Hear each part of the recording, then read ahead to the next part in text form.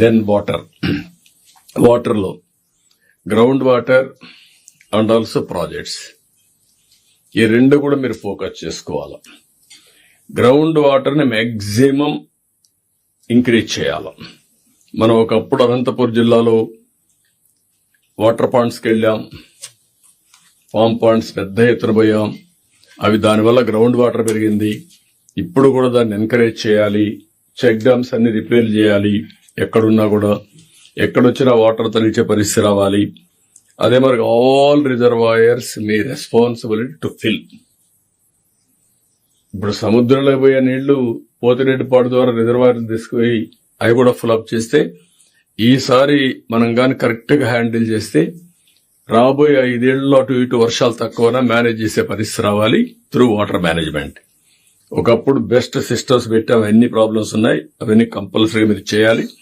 Tanks అన్ని కూడా fill up చేయాలి. ఆల్ ట్యాంక్స్ నేచురల్ గా వచ్చే వాటర్ వస్తుంది. చిన్న చిన్న డైవర్షన్ కావాలంటే ఇవ్వండి, లేకుంటే కెనాల్ ద్వారా వచ్చే వాటర్ ఫిల్అప్ చేయండి. అల్టిమేట్ క్యాలిక్యులేషన్స్ కూడా పెట్టుకోండి. ఇప్పుడు మీరు అన్ని ఫిల్అప్ చేసేసి గ్రావిటీతో వచ్చేట పర్లేదు, కాస్ట్ పెట్టి ఫిల్అప్ చేసి రేపు వర్షం వస్తే మళ్ళా నీళ్లు సముద్రంలో పోతే అది వేస్ట్ ఆఫ్ మనీ. ఆ క్యాలిక్యులేటివ్ గా డిపార్ట్మెంట్ లో మీరు మాట్లాడుకొని టైం ఎంత ఉంది, వాటర్ ఎంత ఉంది, హౌ టు ఫిల్ ఇది మొత్తం ఎడ్ చేయాలి. ఆ ఎక్సర్సైజ్ మీరు చేయండి. అదే మరి ఆల్ ట్యాంక్స్ ని మీరు ప్రొటెక్ట్ చేసుకోవాలి. ఒకసారి మీరు కూడా సర్ప్రైజ్ ఇన్స్పెక్షన్ చేయండి.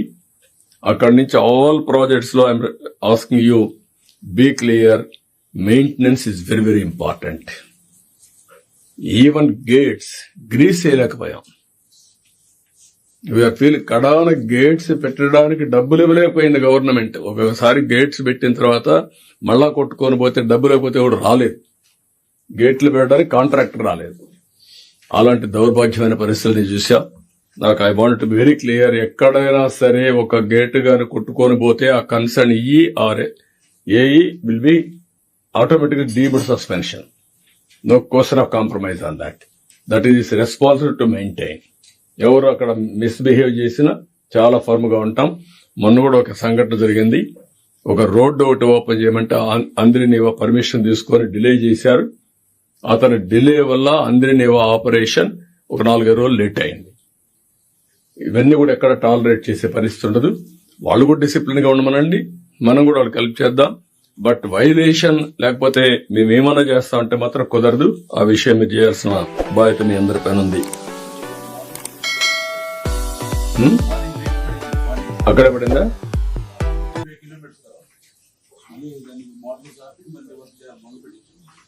అదే ఇవన్నీ ఉంటాయి.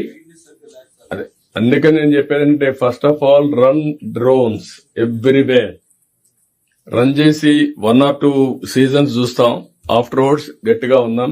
డ్రైన్స్ గానీ కెనాల్స్ గానీ డ్రోన్స్ రన్ చేసి వీడ్ ఏది తీయాలో ఎక్కడ కూడా అబ్జెక్షన్ లేకుండా తీసే పరిస్థితి తీసుకురండి ఆల్ కలెక్టర్స్. సో దట్ రేపు రాబోయే రోజుల్లో వర్షాలు ఎక్కువ పడితే సబ్మెర్జెన్స్ వస్తుంది. సబ్మెర్జెన్స్ వస్తే అప్పుడు మీరు ఏమి చేయలేరు. అంటే వేసిన పంట మొత్తం మునిగిపోయే పరిస్థితి వస్తుంది. దాన్ని ఏం చేయాలో మీరు వర్కౌట్ చేసుకోండి. ఆల్ డ్రైన్స్ మెయింటైన్ చేయాలి, కెనాల్స్ మెయింటైన్ చేయాలి. అవసరమైతే run a drone, you will have an idea. Then ఆ స్పాట్స్ అన్ని మీరు క్లియర్ చేయాల్సిన అవసరం ఉంది. ఫైనల్ గా వాటర్ విషయంలో ఈసారి రాష్ట్రంలో కొద్దిగా సర్ప్లస్ రెయిన్ పడింది. అదే మరి బయట మంచి రెయిన్స్ పడ్డాయి.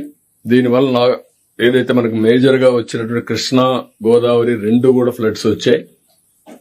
కృష్ణా వల్ల రాయలసీమ అప్ టు కృష్ణా జిల్లా వరకు వాటర్ అంతా వచ్చే పరిస్థితి వస్తుంది, కవర్ అవుతుంది. గోదావరి 2 జిల్లాలు వస్తాయి. ఇంకా 3 జిల్లాలు కూడా మనం దాన్ని కనెక్ట్ చేసుకోవాలి. బట్ నదుల అనుసంధానం ultimate aim of this government, will do it. కాబట్టి ఇది బ్రీఫ్ గా మీకు ఐ వాంట్ టెల్ యూ. మళ్లీ చెప్తున్నా, శాండ్ కాడ మాత్రం 0 టాలరెన్స్. నేను very clear. I want give a message. ఏ ఒక్క వ్యక్తి తప్పు చేసినా, ఏ ఒక్క వ్యక్తి ఫెయిల్ అయినా ఆ చెడ్డ పేరు గవర్నమెంట్ కి వస్తుంది. ఎట్టి పరిస్థితిలో ఇది hazard free and also perfect system has to function. Oscillation లేదు, డెసిషన్ లో ఆసిలేషన్ లేదు, ఎగ్జిక్యూషన్ లో ఆసిలేషన్ లేదు. Nobody should intervene in this. Okay. Then మీకు ఏమైనా డౌట్స్ ఉంటే అడగండి, దే విల్ క్లారిఫై.